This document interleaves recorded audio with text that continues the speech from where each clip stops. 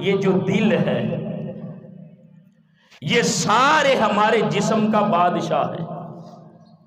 انسان جو کچھ بھی کرتا ہے کہتا ہے میرا دل کرتا ہے میں یہ کروں، میرا دل کرتا ہے میں یہ کروں، میرے دل نے چاہا تو میں نے یہ کام کیا۔ یہ سارا کچھ دل چاہتا ہے، دل یہ کیوں نہیں چاہتا کہ میں نیک اعمال کروں؟ دل یہ کیوں نہیں کہتا کہ میں اس دنیا کی زندگی میں اللہ اور اس کے رسول کو راضی کروں؟ اس لیے کہ یہ جو سارے اعمال ہیں، آقا کریم علیہ السلام کی جو دین پاک کی تعلیمات ہیں، وہ ساری چیزیں انسان کے دل کو سنوارتی ہیں، اور اللہ کی بارگاہ میں سنورا ہوا دل کا معنی ہے۔ اور باقی جتنے گناہ اور نافرمانیاں ہیں یہ انسان کے دل کو بگاڑتی ہیں۔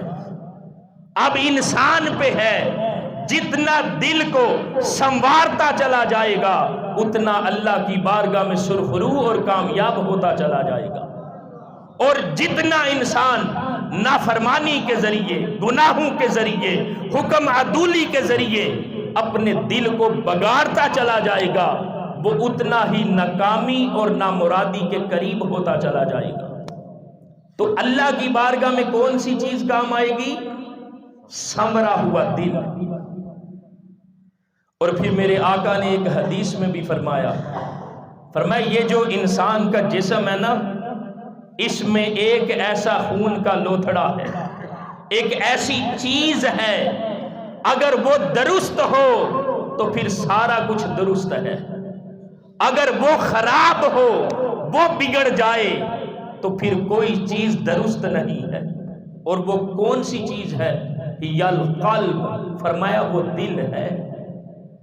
جب دل ٹھیک ہو تو فرمایا وہ سب کچھ ٹھیک ہے۔ اگر دل بگڑا ہوا ہے تو پھر کوئی چیز اچھی نہیں۔ دل ہے کہاں پر؟ یہ سینے میں۔ دل ہے کہاں؟ سینے میں۔ اور میرے آقا صلی اللہ علیہ وسلم نے بھی ایک حدیث میں فرمایا التقویٰ ہاہنا، اپنے سینے پر ہاتھ رکھ کر میرے آقا نے وَيَشِيرُ إِلَى صَدْرِنَا، اپنے سینہ کی طرف اشارہ کیا اور فرمایا التقویٰ ہاہنا، یہ جو تقویٰ اور طہارت ہے یہ یہاں ہے۔ یہ تقویٰ، یہ پرہیزگاری کا نور، یہ سارے چشمے کہاں سے پھوٹتے ہیں؟ اے انسان تیرے دل سے پھوٹتے ہیں۔ اگر تو اللہ رب العزت کی فرما برداری کے ذریعے، اطاعت کے ذریعے، صوم و صلاۃ کی پابندی کے ذریعے اپنے اس دل کو سنوار لے، اپنے اس دل کو قلب سلیم بنا لے تو اللہ کی بارگاہ میں تو کامیاب ہے۔ اگر نافرمانی کرے گا، حکم عدولی کرے گا، گناہوں کا ارتکاب کرے گا تو تو اپنے ہی دل کو بگاڑے گا، اور جب دل بگڑے گا تو پھر اللہ کی بارگاہ میں تو سرخرو اور کامیاب نہیں ہوگا۔